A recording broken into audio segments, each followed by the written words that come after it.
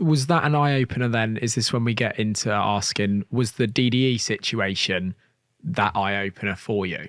Yeah, the massively. Kind of the fallout from that, the videos that were created on other channels about that situation. Like, it's amazing when you put it in on YouTube, how many other people's videos come out that have made a video about a video. It's insane. I think that's an exact example. The situation itself is very misunderstood. What happened there? I guess we need to give a little bit of an explanation, but it's what happened off the back. A real moment for me in evaluating, is this the future, comes purely from how other people have behaved towards me of something they don't understand. They don't know what happened. They don't know what actually happened between us. All they know is based on one video uploaded to the internet. And I've never uploaded anything myself on the topic. As you know, because I've told you before, I did shoot a video, but I didn't publish it because I don't believe it's the right way to treat a disagreement. If you have a disagreement with another human being, take online stuff out of the picture, right? If you and somebody have a disagreement over something, you talk about it, right? You resolve your differences. On the online world, if you suddenly start engaging loads of followers on a topic or a discussion, an argument, who don't even know the facts, they'll believe the last thing they heard. People will literally, and I've had a couple of things over the years. You know, at one point in time, I had a disagreement with Yanni of Yanni Mize quite publicly. At another point, with the team from Cream. And, you know, I've seen this happen in the past, and I know how it works. It almost becomes a trial by audience, and you literally will have people getting so heated on a topic based purely on a video they've seen. And what they forget is that even a video, and in this case, to summarize, it boils down to stickers on the Gumball 3000 rally last year and a misunderstanding in the build up to the rally over DDE sponsor stickers that were on all of the cars except mine. The reason they weren't on mine, to keep it very brief, was because we stickered my cars before the rally, because I did this very unusual thing of sending them to all the cities so that I could drive a different car each day, where everyone else's cars are stickered at the start line. And off the back of that, obviously, having not understood what the stickers were about and not getting clear answers from anybody at Gumball 3000 prior to the rally about the DDE stickers, it all ballooned. And I know this sounds very, very, I'm going to say feeble right now from my side, and I definitely wish with hindsight I had understood it more and been able to approach it more. But at each stage in this process, there was something that wasn't explained or understood properly. What particularly bothered me, though, and why it really blew up and has continued until recently, is that Damon and Dave shot a video at the finish line where we talked a little bit about what had happened on camera. The video itself was very much positioned to start drama.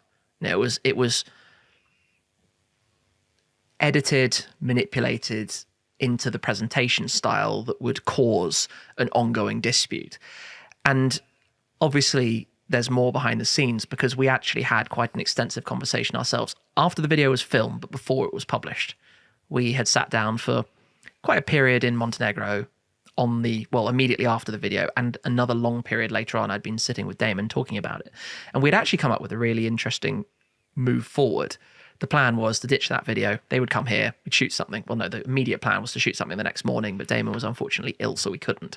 But the backup plan was that they would come here and we would shoot something cool here and move on to the future. And that's when I was really surprised, because he understood my side of it and I understood their side of it. And that's when I was really surprised that, ironic timing, I was literally in Maranello walking into the SF90XX preview, the customer preview. And so obviously phone's away 10 minutes before ping video goes live. And I'm like, what? What happened here?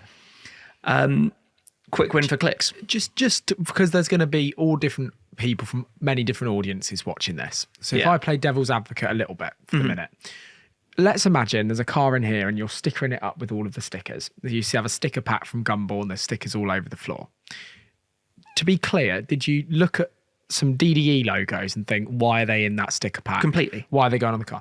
And was your thinking and mindset, for those that could be then getting passionate immediately straight away, well, then why wouldn't you just put the DDE stickers on the car? Because if I try and be platonic for a minute, in the sense that if there was some Road to Success stickers in there and that I'd decided to pay a lot of money to sponsor them. You thought, well, why is Ben's podcast? Why is Road to Success? Why is there stickers for that in here? Yeah.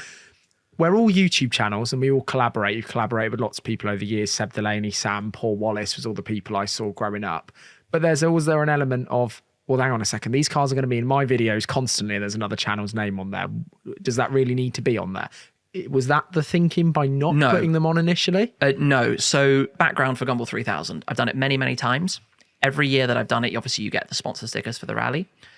I've taken part with many different teams. I've been an invited guest with Team Habibis, with Josh Cartu's team, House Cartu, with Team Wolfpack. And teams on the rally is quite normal. Groups of friends driving together, stickering up their cars or doing a livery, a wrap that matches from one car to the next. That's quite a normal thing. And the sponsors tend to be corporates, very separate from the team names.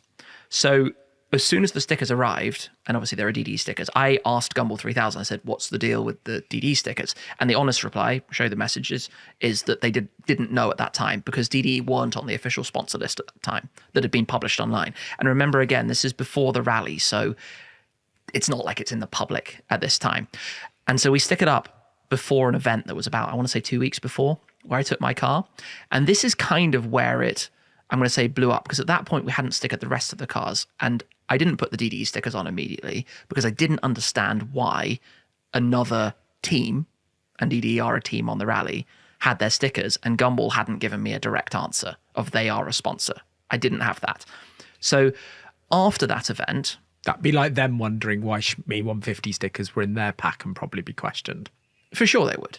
Absolutely. But after that event, where it went weirdly wrong is that I was told by Gumball, DDE know about it and they'll reach out to you.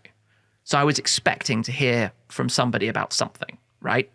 And we were going to figure it out. Yeah, this was then after the rally had started and they'd seen those stickers. No, this is 2 weeks before. Okay. This is 2 weeks before, but no conversation happened. And then when we were stickering up the rest of my cars, like a week later, a week, 10 days before the rally, and putting all the stickers on, I asked again, and I got some strange replies. Like there was no, they are a sponsor of the rally. And of course, having been around rallies for a long time, there's more to this when it comes to sponsors and different things. But crucially, one thing here that I think audiences don't understand is often on rallies, cars won't have the full stickers for whatever reason. Often they don't fit or they've decided to do something different. It's a slightly moving topic. And the best case in point I can give here is that a regular sponsor of Gumball 3000, Fresh Sense, on every car except on that exact same rally, DDE's SVJ, because they had changed that sticker to a PFS sticker, who aren't a sponsor of Gumball either, and a DDE logo. There's a DDE logo and a PFS logo in place of the Fresh Sense. And equally, every single car had the Movember, Gumball's charity, moustaches on the nose, and their car didn't because they wanted to do their own FINA livery, so they didn't have the official charity sponsor on the car. So from my perspective, we're not even, maybe I should upload my whole video on the topic. There's so much more to it. But from your perspective as well, is it just a case of, it's just some stickers, sorry I didn't put them on at the time? Yeah, move on, basically, because, there are more things that happened. Before the rally started, I reached out to Dave, because I always speak to Dave, not Damon. Damon's too busy. Dave didn't reply, left me blank. In Edinburgh, I went up to both guys, and there's a video that somebody filmed, because I saw it on Instagram at the time, of me going up to them, and they just pretended I wasn't there. At the launch party, same story. Every encounter on the second day at Bruges at the checkpoint, I went up to them to talk to them. Every time, they wouldn't talk to me. Like, there was literally a moment I went up to Damon and said hi, and he glazed straight through me and walked past.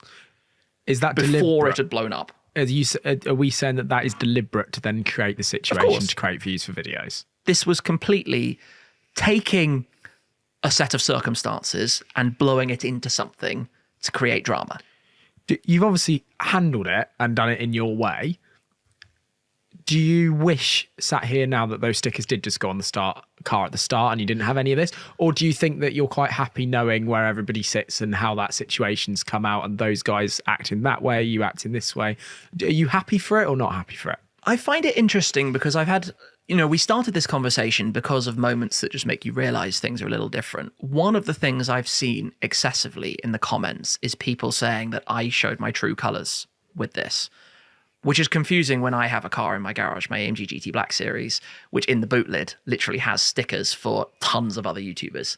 Like on my car permanently, I have stickers for Whistling Diesel, Hamilton Collection, VinWiki, Tavarish, Hoovy's Garage, just endless stickers from my friends. Flipping stickers. You should have brought some stickers. If you had brought a sticker here today, a Road to Success sticker would be being left here to go on the GT Black Series.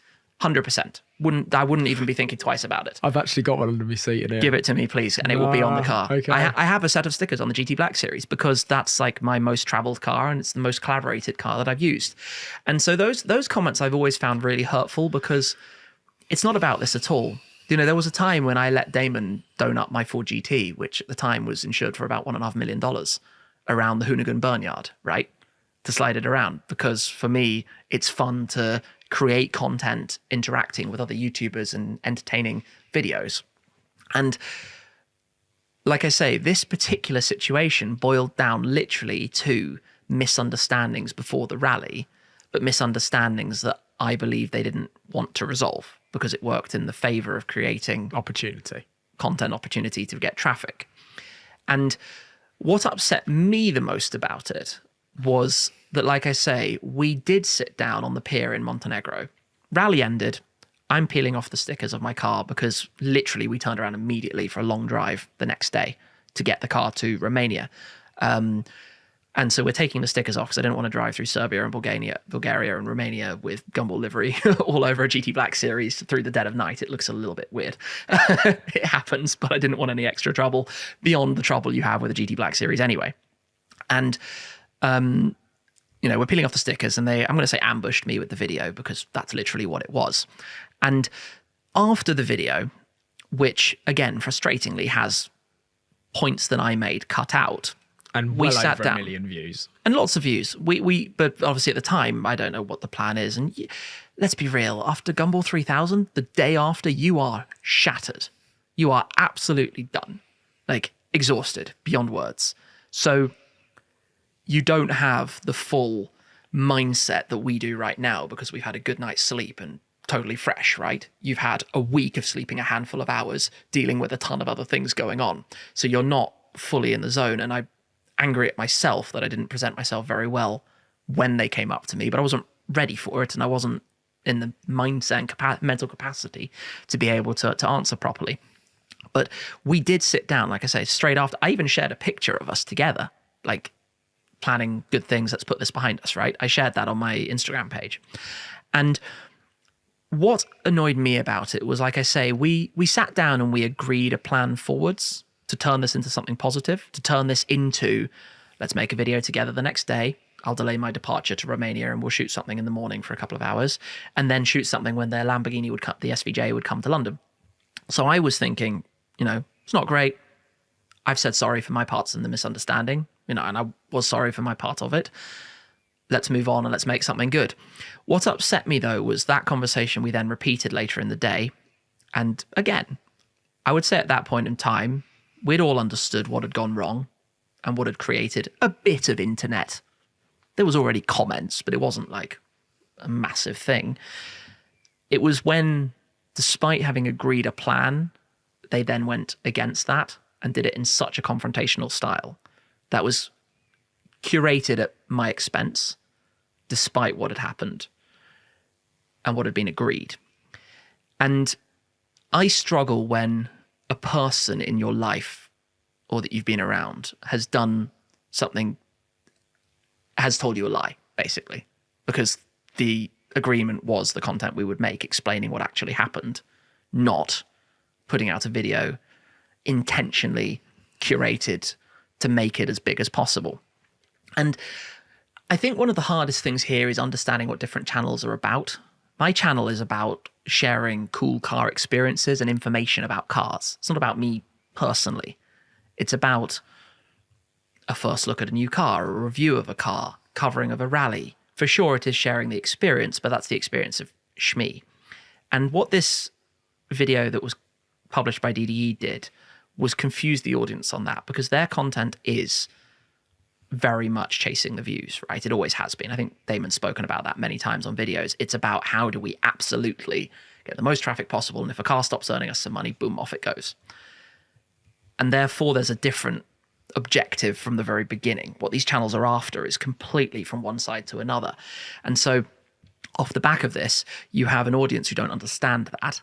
You don't understand that they don't mind hiring an actor to evict them from their property if it makes a good video, or hiring a tow truck to impound a car because then they can make a video. Whereas you'd never see that on my content. My content is exactly what happened. Nothing's made up for the purposes of getting more views. You know, for sure, if I get a puncture in a car, I'll film it and talk about getting a puncture, but I won't puncture a car to make a video. Do you think, so just to challenge on one other subject, is they came up to you with that camera, as you described, you were unprepared and it was like, bang, there you go, camera in your face. And I totally understand that then that video has been edited to appear that the conversation was a certain way. There's bits missing out of it from what actually happened. Totally get that. But do you remember when you said about like I was the first person ever and people just didn't do it back in the day to go and buy a McLaren and actually film it? Like, 'cause that just wasn't something that were done. People were quite conservative, people were quite private.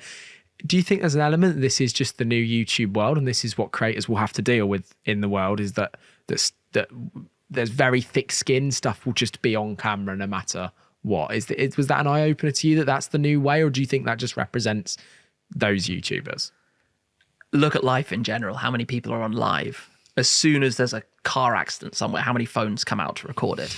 That is life now. That is life now, that everything's on camera. And generally, I try to live in a way that I'm not doing anything that I would find awkward if it's on camera. I guess my point on this is, had the video been presented as discussing the missing stickers with Shmee150, with the photo I took of us all together, it's completely different to the video where I'm doing this and the title is confronting Shmee150 for disrespecting DDE. And there's this irony, which I think got lost on so many people, which is that, yes, my car didn't have DDE stickers, but their car didn't have the charity Movember or Fresh Scent stickers. Was that ever discussed? You know, how can, in this case, somebody who lives in a glass house throw stones, right? They're guilty of exactly the same thing.